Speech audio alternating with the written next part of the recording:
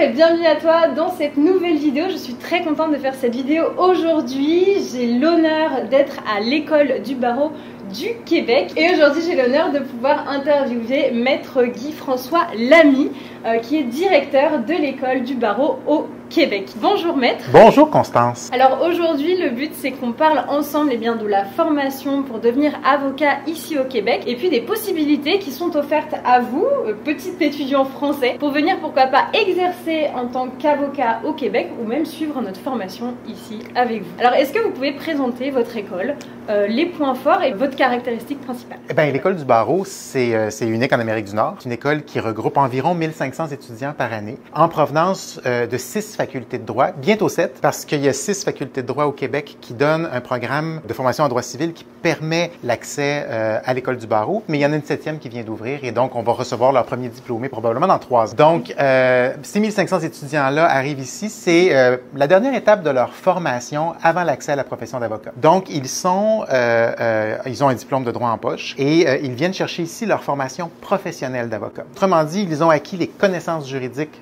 avec l'obtention du diplôme en droit. Et là, maintenant, ce sont donc de bons juristes, mais là, ils vont devenir de bons avocats ici. Donc, c'est vraiment une école de formation professionnelle. On dit que notre programme, c'est un programme de professionnalisation, justement. Donc, ça dure, ce programme-là. Maintenant, on vient de le transformer assez radicalement. Oui. Mais c'est un programme qui dure environ 6 mois, mais les étudiants peuvent personnaliser leur parcours. Donc, le parcours moyen typique va durer environ 6 mois à l'école du barreau. Oui. Il va être suivi de 6 mois de stage en milieu professionnel, sous la gestion de l'école du barreau, mais dans un milieu d'avocat, cabinet, organisme, entreprise, peu importe. Donc, un stage de 6 mois sous la supervision d'un maître de stage qui est un avocat membre du barreau du Québec ou un juge, membre de la magistrature ici au Québec, et qui, après le succès du stage, bien là, l'étudiant va pouvoir prêter serment et devenir avocat au Québec. Très bien. Donc ça, c'est une première différence qu'on peut voir avec la France, parce qu'en France, il y a 1 an et demi d'école. Oui. C'est-à-dire qu'on fait 6 mois d'école d'avocat, 6 mois de stage, un peu comme en fait, vous avez 2 stages et aussi. Ensuite, 6 mois, voilà, un nouveau stage qu'on appelle PPI, et il faut faire un stage en dehors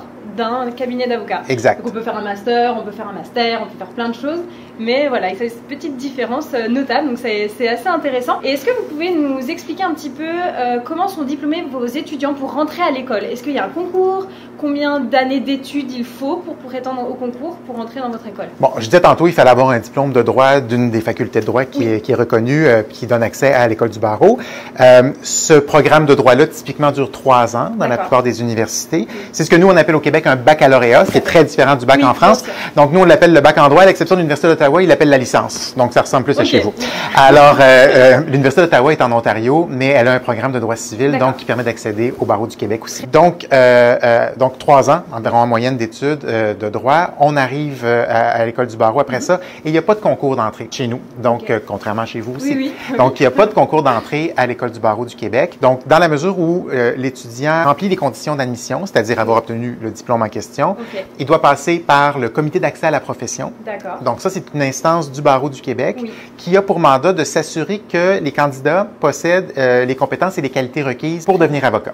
Donc, les étudiants n'ont pas à se présenter physiquement devant le comité, sauf exception. Donc, leur dossier est étudié par le comité qui rend une décision d'admissibilité à l'école du barreau. Donc, si on a le diplôme, si on a la décision du comité d'accès à la profession et qu'on remplit les autres formalités administratives là, qui viennent avec ça, on est automatiquement admis à l'école du barreau. Donc, nous, à l'école, on n'a pas un nombre d'étudiants qu'on admet. On ne contingente pas la profession. Donc, on n'a pas un nombre d'étudiants minimum, on n'a pas un objectif d'étudiants à avoir.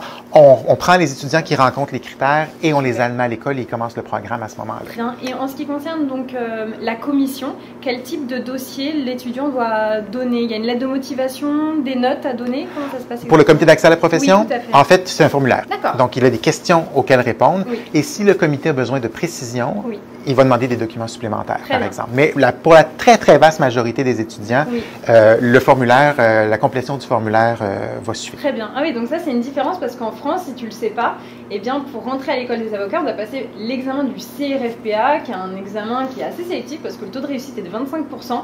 Et donc, il faut être titulaire d'un bac plus 4 minimum pour passer cet examen. Donc, c'est assez différent et c'est assez intéressant. Est-ce que vous savez si un étudiant français qui est titulaire d'une maîtrise en droit peut demander d'entrer au sein de votre école? Oui, mais il y a une particularité. Alors, l'étudiant français qui a sa maîtrise en droit ou même une licence va pouvoir faire une demande au comité des équivalences du barreau du Québec. Alors, cet étudiant-là, c'est un autre chemin.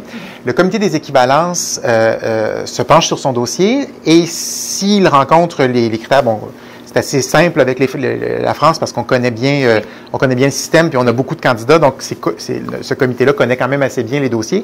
Il va rendre une décision d'équivalence, c'est-à-dire qu'il va reconnaître la formation qui est acquise.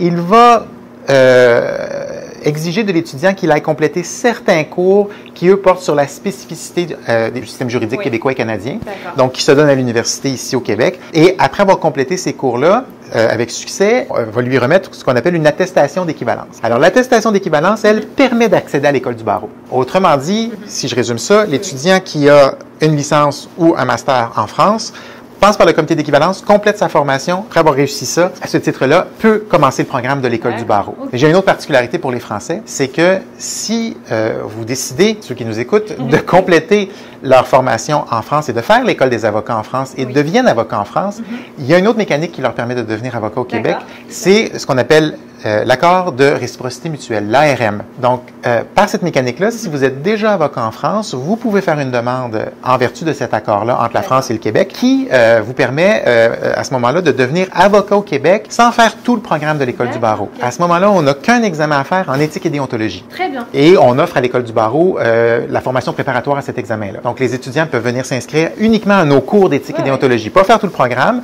Donc, ils font le cours d'éthique et déontologie, passent l'examen et s'ils le réussissent avec succès, peuvent devenir avocats au Québec. Et c'est un accord mutuel, ce qui veut dire que si jamais il y a des Québécois qui nous écoutent, peut-être qu'il y en a, je ne sais pas, s'il y a des Québécois qui nous écoutent, ça vaut dans l'autre sens aussi. Très bien. Et donc, ils doivent repasser juste les épreuves de déontologie. C'est vrai que Exactement. j'avais vu qu'au niveau du Québec, je fais une petite aparté, mais la déontologie, c'est quelque chose qui est assez important. Est-ce que vous avez des choses à dire par rapport à ça? C'est la base de la mission de protection du public du barreau du Québec. Hein. Là, je fais un petit retour sur la mission et le rôle du barreau du Québec, qui est l'Ordre professionnel des avocats, qui regroupe les 30 000 avocats qui exercent au Québec.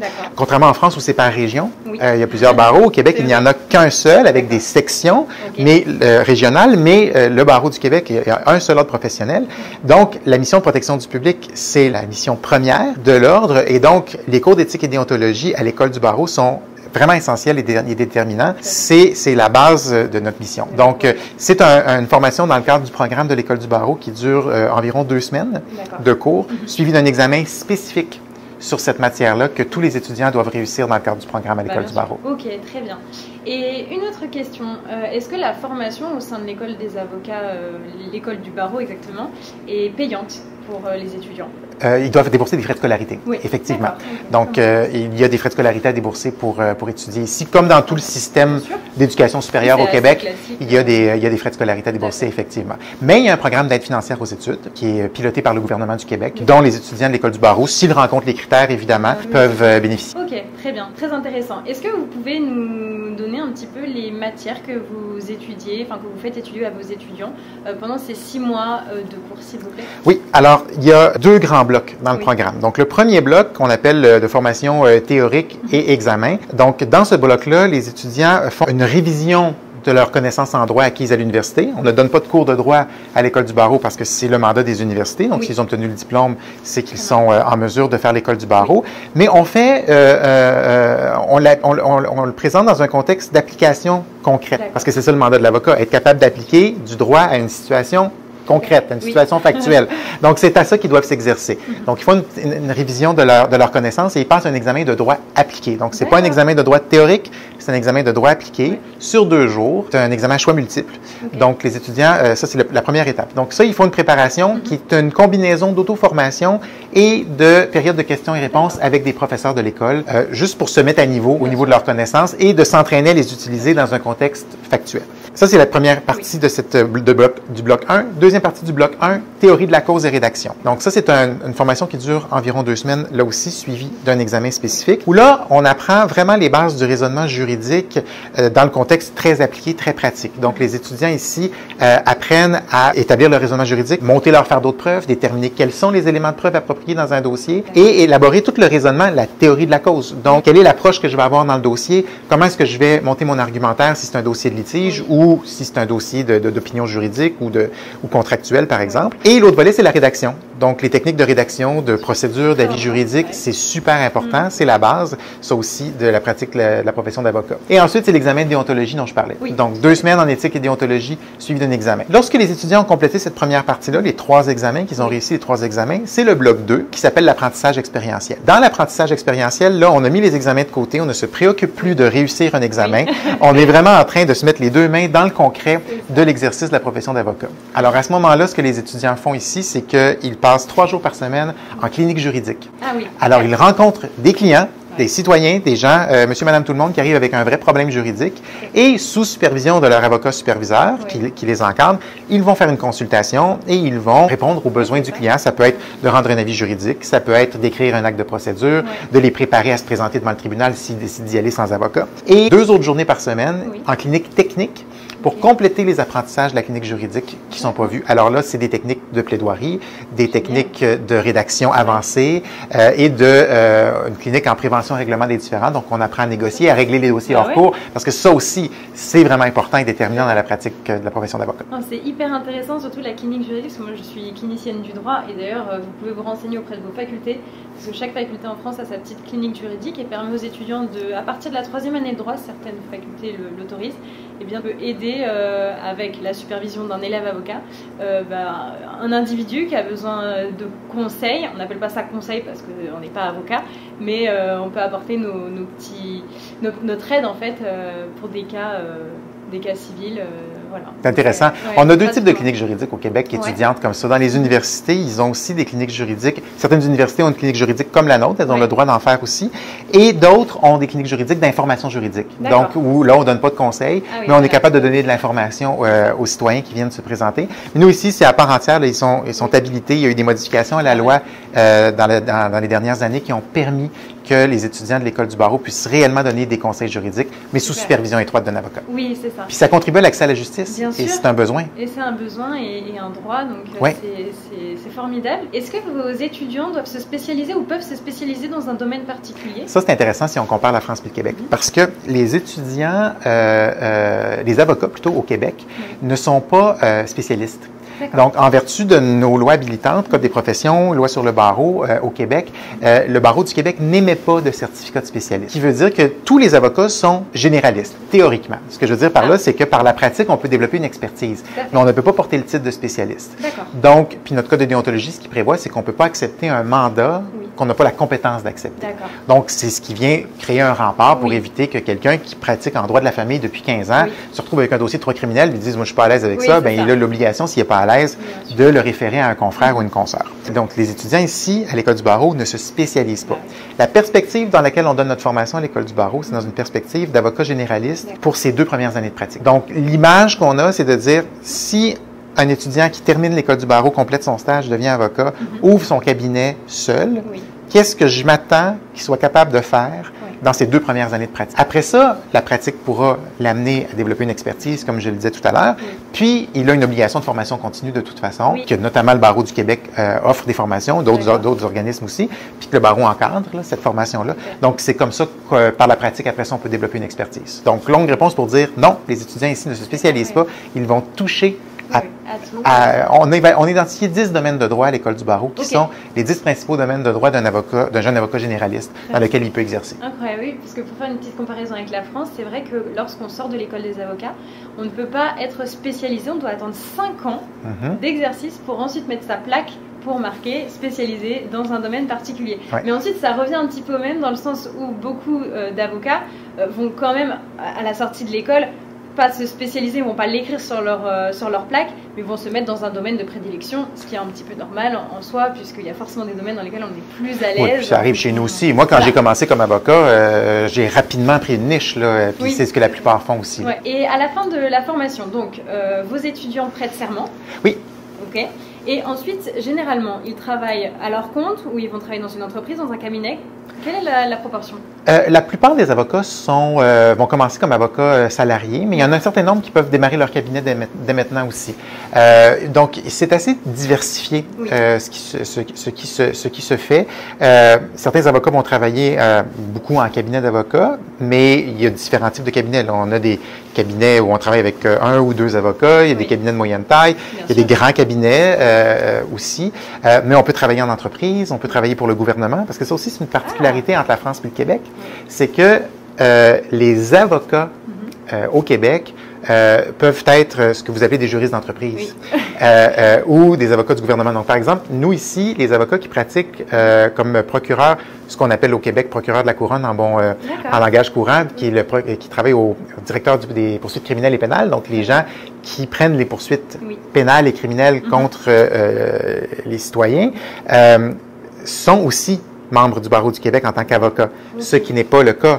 En France, ils ne sont pas membres des barreaux, ces procureurs-là. Alors, donc, il y a une très grande diversité de pratiques et nos jeunes avocats se retrouvent un peu partout là-dedans après être sortis de l'école du barreau. C'est super intéressant, très bien. Est-ce que vos étudiants, donc, lorsqu'ils sont inscrits au barreau du Québec, peuvent aller exercer dans d'autres provinces au Canada? En fait, non. Au départ, ils sont habilités à exercer au Québec. S'ils veulent exercer dans d'autres provinces à ce moment-là ou aux États-Unis, ben, ils peuvent le faire en faisant les démarches nécessaires pour être admis aux différents barreaux. Et là, s'il y a des ententes entre le barreau du Québec et ces autres barreaux-là, ben, ça peut être plus facile ou un petit peu plus compliqué pour être admis dans les autres barreaux. Tout à l'heure, vous parliez d'Ottawa. Oui. C'est ça, Ottawa, c'est tout près d'ici. Hein. On est à Montréal, on est à 2 heures de route de la ville d'Ottawa, qui est juste de l'autre côté de la rivière des Outaouais. Donc, la frontière entre le Québec et l'Ontario est assez proche. Puis, il y a la ville de Gatineau qui est juste de l'autre côté. Donc, il y a des liens très, très, très étroits entre les deux provinces. Donc, pour aller exercer à Ottawa, effectivement, en Ontario plutôt, là, il faudrait devenir membre du barreau de l'Ontario. Il y a une nuance, par contre, parce que on peut travailler pour le gouvernement fédéral aussi en tant qu'avocat québécois. Puis ils nous embauchent, peut-être qu'on peut travailler à Ottawa, mais on est avocat québécois, parce que bon, le système canadien est ainsi fait, on a les juridictions provinciales et fédérales aussi. Très bien. Et ben, je pense que j'ai fait le tour des questions. Moi, j'en ai une pour vous. Allez-y. Qu'est-ce qui vous a frappé en arrivant ici? J'étais venue quand j'avais 10 ans. OK. Donc je connaissais un petit peu, j'avais eu un petit teaser, j'avais quand même dans ma tête des souvenirs. Mais moi, ce qui me touche à chaque fois que je viens, c'est surtout la sympathie et la good vibes en fait des Québécois. On se connaît pas, mais c'est sympa, c'est cool, il y a une bonne ambiance, bonne entente. Et ça m'a énormément, ça me touche tout le temps, enfin quand je suis ici. Et la possibilité, voilà, comme on fait aujourd'hui, de faire une interview, j'étais... Ça me fait plaisir, très heureux. C'est de la générosité. Très heureux d'avoir pu vous accueillir. Voilà, ça fait partie des choses qui me touchent beaucoup ici. Ça me fait plaisir de vous accueillir, puis j'espère que les gens qui nous ont écoutés vont en avoir appris un petit peu plus sur la façon d'exercer la profession d'avocat ou de s'y préparer, en tout cas au Québec. Tout à fait. Merci infiniment. Ça me fait plaisir. Puis, à une prochaine fois. Une prochaine fois, j'espère aussi. Merci pour votre écoute. N'hésitez pas à suivre l'école du barreau. Je vous mets tous les liens en description de cette vidéo. Et puis si vous avez des questions, vous pouvez l'écrire en commentaire. À bientôt. Salut.